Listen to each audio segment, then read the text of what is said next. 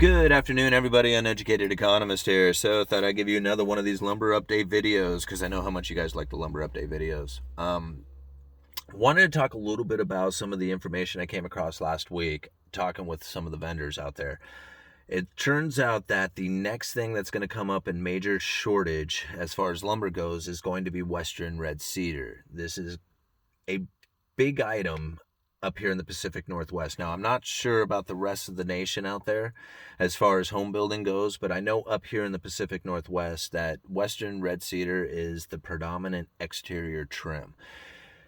If you do not use stainless steel, plastic, concrete, it's going to rot.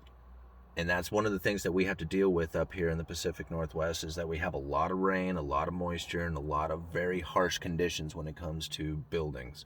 Everything molds and mildews, and it's very harsh.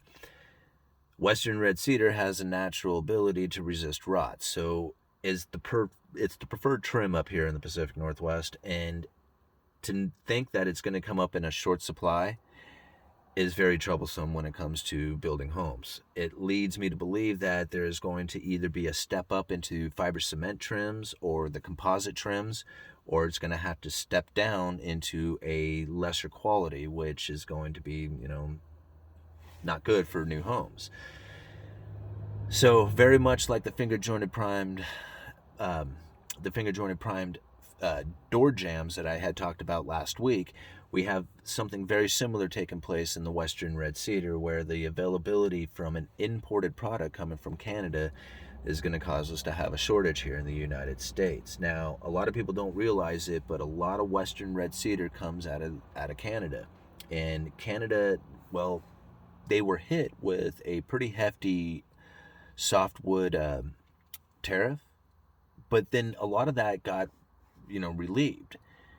The only problem is that at the same time that was relieved, the government upped the stumpage fee. Now, they have something over there where if you cut the tree, then you have to pay the government a certain amount. And the stumpage fee is so high now that it isn't profitable for the loggers to log and pay the stumpage fee. So they're no longer cutting the cedar. And the availability of a lot of this product is now just coming up in short supply. Now, the biggest issue, from what I understand now, is going to be decking. Now, that was kind of like a big product that I sell, is the cedar decking, 2x6 cedar decking.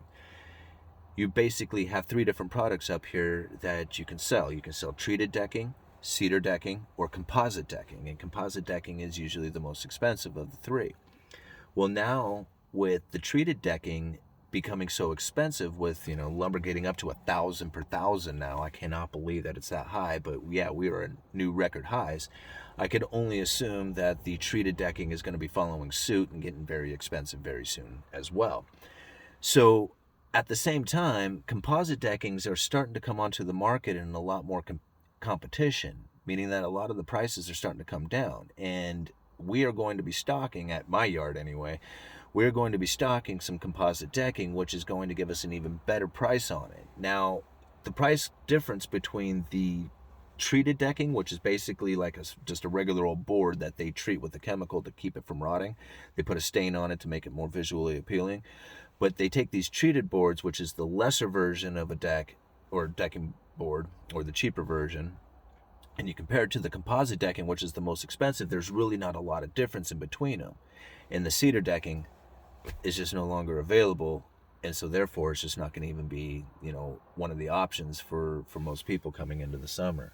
I thought that was very interesting, as far as the play goes. So coming into the future, if you're like a home builder or you're looking to build homes, you might want to secure that cedar trim. I mean, it would be a bummer to go to try and side your home, but you have to use either a lesser product or a more expensive trim to trim out all your windows, doors, corners, fascias.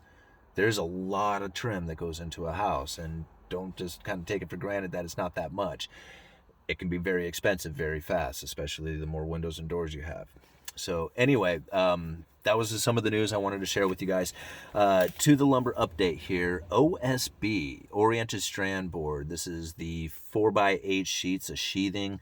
Usually it's the lesser product compared to plywood, but if you can imagine, like in a new construction, you got the skeleton of the building, that's like the studs, and then you got the sheathing that goes on the outside, that's like the skin before all the doors and windows and siding goes in. That sheathing, OSB, is usually the lesser product, but right now it's in short supply and it's very expensive. Listen to this. OSB availability continues to be scarce. The few offers that surfaced this week were over $100 over print and were quickly snatched up by desperate buyers. Late shipments continue to be the norm for most mills.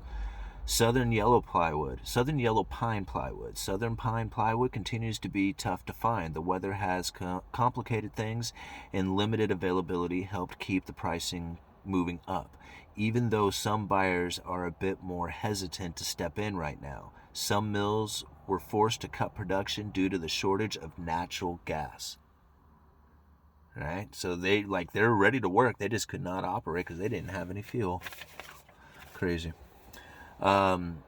Western spruce pine fir. Prices of western spruce continue to rise as order files moved out. Extreme winter weather across most of the U.S. slowed trends and sales. However, producers were content to wait, with production reaching into the third week of March.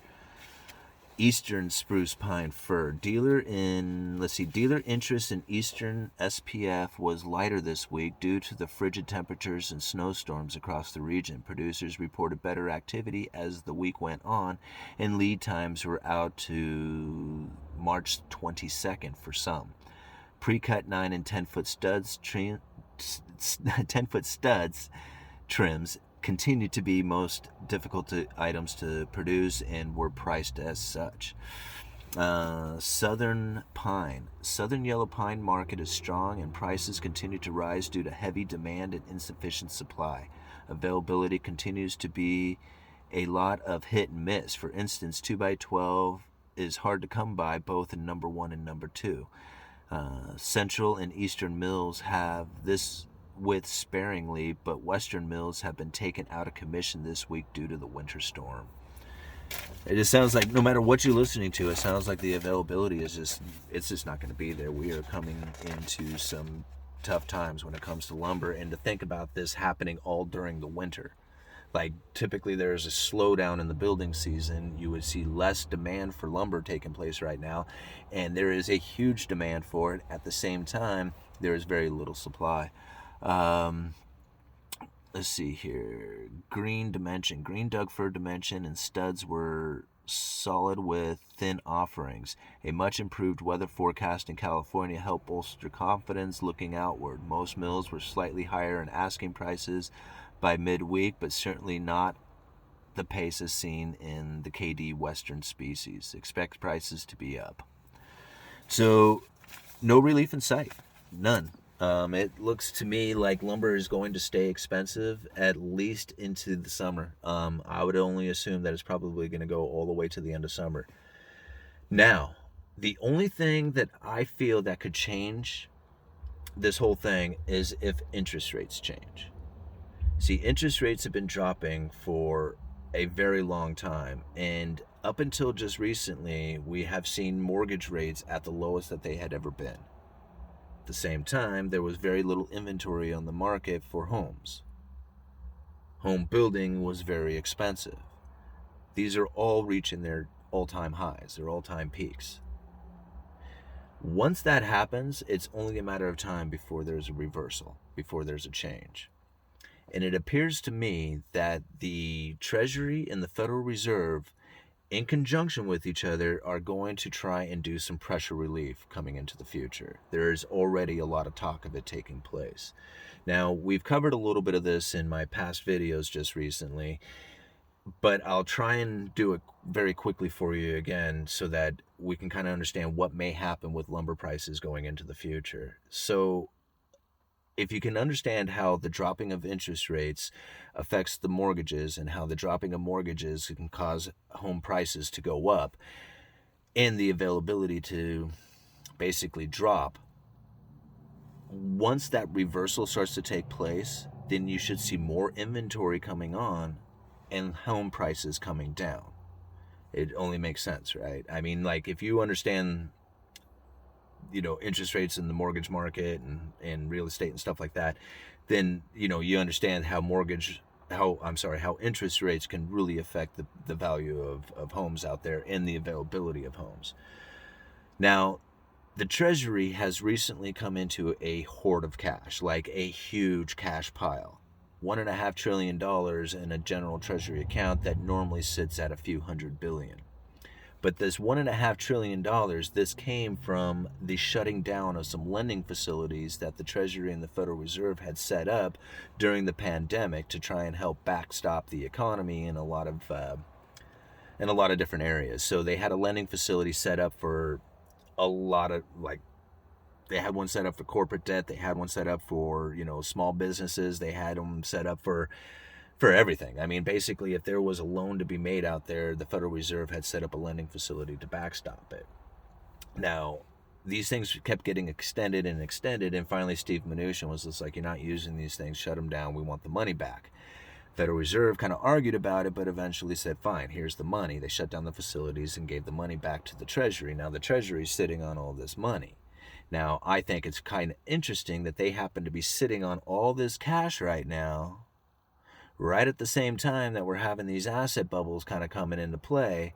Federal Reserve is talking about, how they're going to let inflation run hot for a while, but all of a sudden the long end of the Treasuries really started to kick up and yield, and the prices started coming down, which is kind of like the market saying, hey, we're fearful of inflation. So the Fed is getting what they wanted out of that. The Treasury's sitting on a hoard of cash, and if that hoard of cash starts getting into the system and starts liquidating the markets, basically, or liquidating the system, there's going to be a lot of cash needing to find a place to go. And with no places to really go, the interest rates really start to come down. And if the interest rates come down, this can be very damaging for the Federal Reserve, because basically they're trying to maintain where interest rates are. And if they lose control and the interest rates on, say, money markets start to go negative because so many people are trying to shove their money into money markets because they have no place to go, that can be a problem. Money markets start shutting down, that starts freezing up the whole system. So there's a major problem that can take place if the Federal Reserve doesn't raise interest rates during that time. You see what I'm saying? Treasury has all this cash. They're saying for the next 6 months, we are going to unwind all this cash and put it back into the system and get our Treasury general account down to a few hundred billion as opposed to the 1.5 trillion. Once that cash starts getting into the system, it needs to find a place to go. And since there's really no place to go, it's going to try and get into money market accounts or anywhere where they can be close to cash, and the money market funds are going to be loaded up with this stuff, and it's going to cause the interest rates there to go down. Money market accounts hold treasuries. If they are forced to buy treasuries, the yields on them are going to start coming down. You see where I'm kind of getting at with this? I'll leave links down in the description for you guys to a couple of articles. Read through them. It kind of describes this pretty well. Now, this can create a problem for the Federal Reserve. The Federal Reserve might be sitting back there going, okay, listen, while the Treasury is unwinding all this stuff, we are going to have to raise the interest rates, at least for a little while. The raising of those interest rates are going to be very damaging to the mortgage market. Once mortgages start going up as far as the interest rates on them, people are not going to be refinancing. Right? They only refinance when the interest rates go down, not so much when they go up. I mean, the few people who may have not have taken advantage of it might be jumping in just to make sure that they, get their low interest rate, but most people have already done it if they're going to do it. And if they continue to rise up, people who are buyers are going to sit back and say, hey, as these interest rates go up, the prices of the real estate keeps coming down and more inventory is coming onto the market as less people are buying. And the prices, once the market realizes that this has taken place and that they're sitting on an overvalued real estate, they are going to try and dump that real estate very quickly before it has a chance to really drop. That can start leading into some serious problems. You know how that goes. I mean, the whole thing can start being a avalanche of real estate coming onto the market, especially if the interest rates continued to go up. That is a very unlikely scenario that it would reach that sort of level, but it certainly appears that it could possibly be a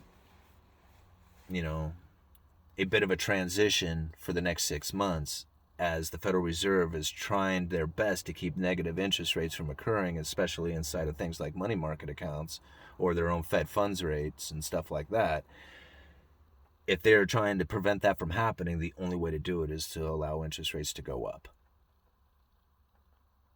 And that means they're not going to be buying assets like mortgage-backed securities or treasuries. Okay, I think that's probably enough. Uneducated economist, you guys let me know.